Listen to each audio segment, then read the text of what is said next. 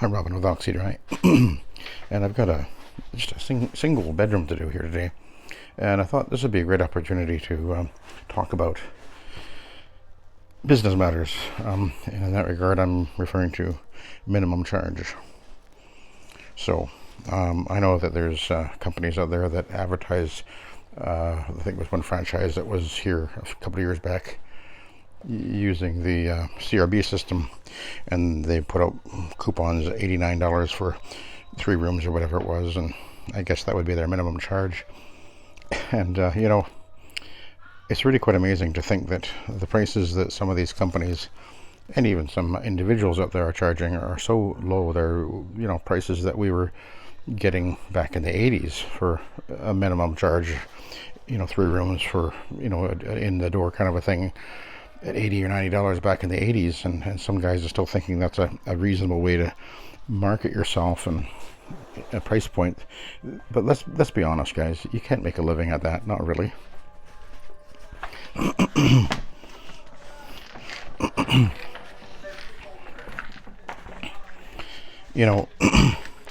My minimum is now $200, and that may seem like an awful lot of money for this bedroom, but the reality is that I can't afford to do it any for less, because just say if I was at $100, and I know there's guys out there that are $100 and maybe even less, by the time you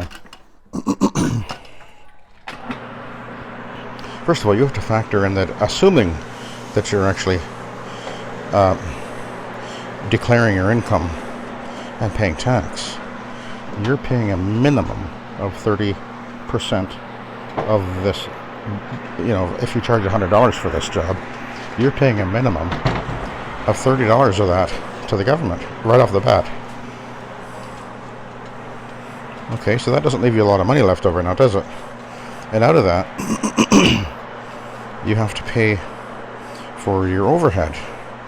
Now you may think, well, I don't have much of an overhead because you don't really market, you don't paying for social media stuff or whatever, but you still got to pay for the fuel in your vehicle, and well, maybe you, if you're a legitimate businessman, you're going to be paying for a business license, and maybe you're not because you're kind of doing it on the side or under the table or whatever. And there's ways you can, be really cheap that way, but that's not a legitimate business, obviously.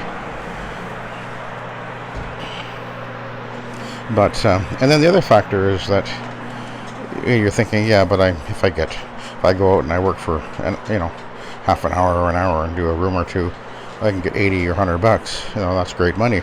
Well, it is today, but you're not working that all day long making that kind of money. And then there's the days when you don't make money because you're not working every single day. Very few of us are. And the actual amount of hours that you spend carpet cleaning during the day is, I'm got a very viable. I'm really busy most of the time, but the actual number of hours per day that I'm actually cleaning is probably more like 5 or 6. The actual cleaning time,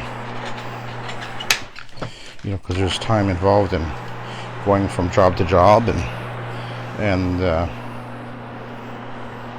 obviously the important part is how much you bring home at the end of the day, and we do above average numbers in our business, but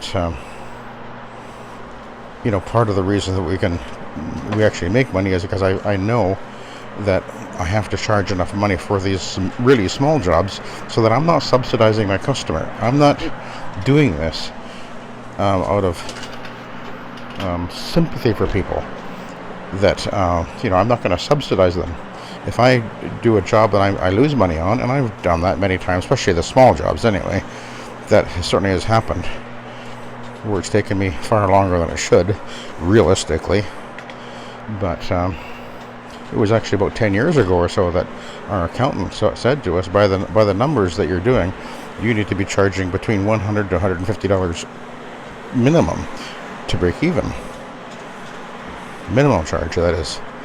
And so we started way back then, I think we went to right away to 150. And we've been there for quite a few years, and then a few years ago we went to 175, and then this last year we went to 200 because things have gone up in price. Have you noticed? And we don't gain anything by cheapening ourselves and cutting our own throats. What they say, cut off your nose to spite your face? You don't want to do that. Get rid of this.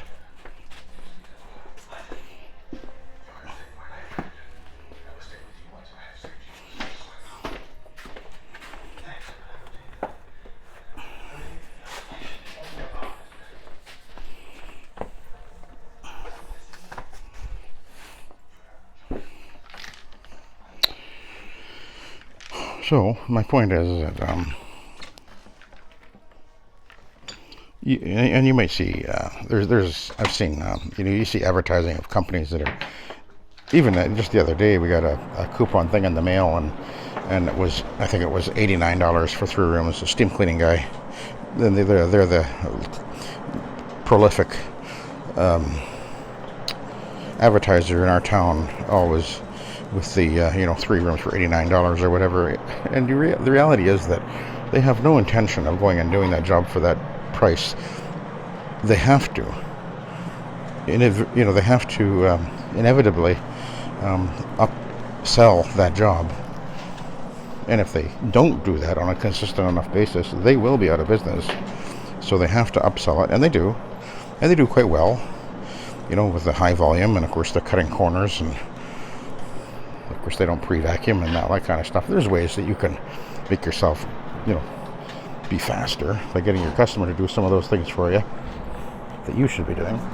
Just remembered my purse is in there. Oh, okay. In the closet. Oh, okay. Is that it?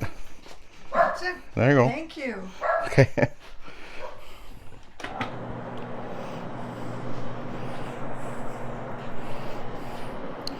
Yeah, so when you're running a carpet cleaning business, you have to run it like a business. You're not doing it for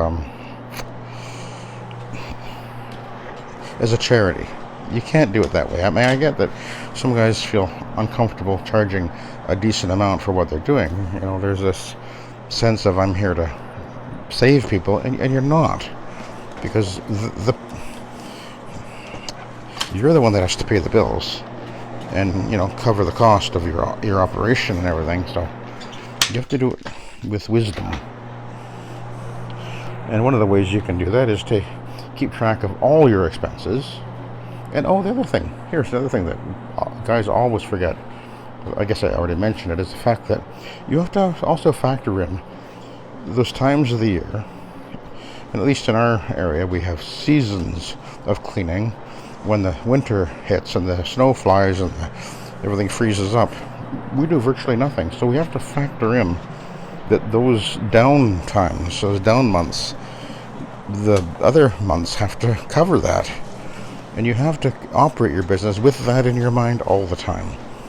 That it's not enough just to be making money one day, but that money you make one day has to cover the amount that you don't make the next day. I mean, say you go out and you get $100 in your, in and out within an hour. It's like, oh, great.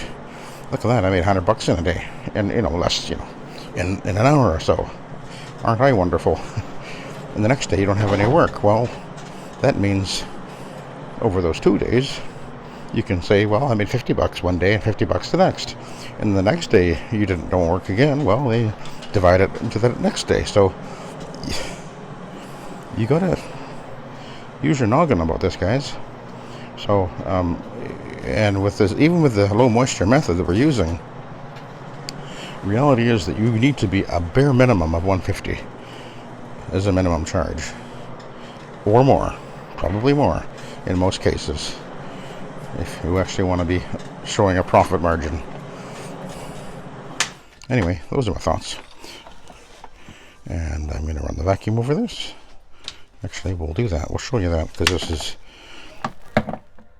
pretty much done here.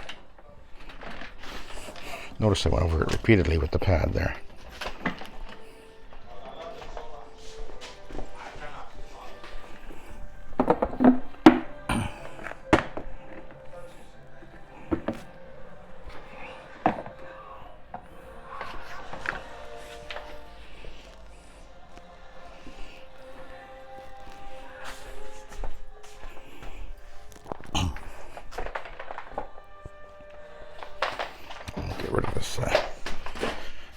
this power cord here.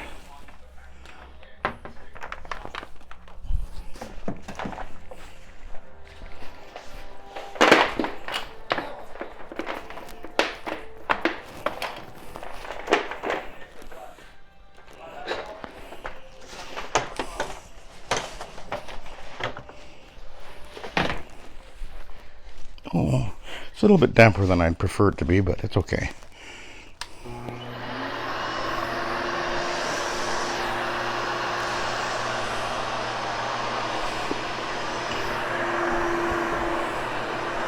And when I say damper than I prefer it to be, I mean damper than I prefer it to be for using the vacuum on it. But it's all right.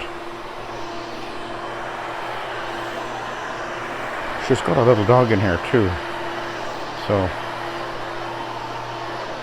a little extra vacuuming is a good idea. He's a long-haired guy.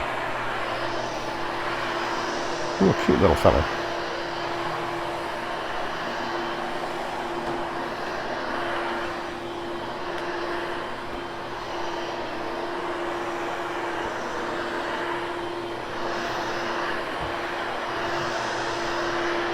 You know, it's funny that, you know, back to the subject about the pricing and all.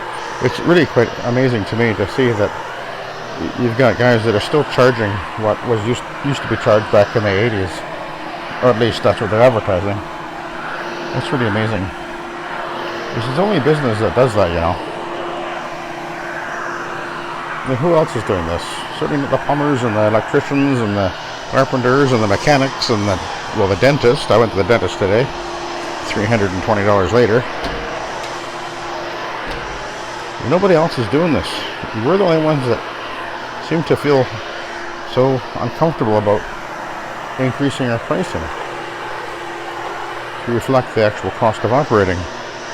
But, you know, I guess a lot of guys, I know there are a lot of guys that are doing it by, you know, kind of doing it under the table. And then they put on, put a video on YouTube saying how, you know, they're making all kinds of money and they're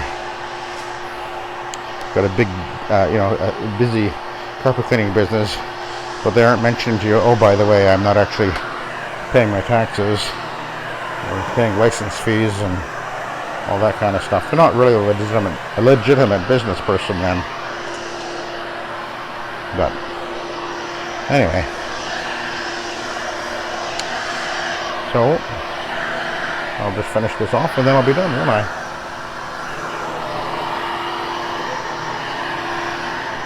I already grew them behind the door, in case you're wondering. I did that before I did the actual cleaning. I did behind the door by hand.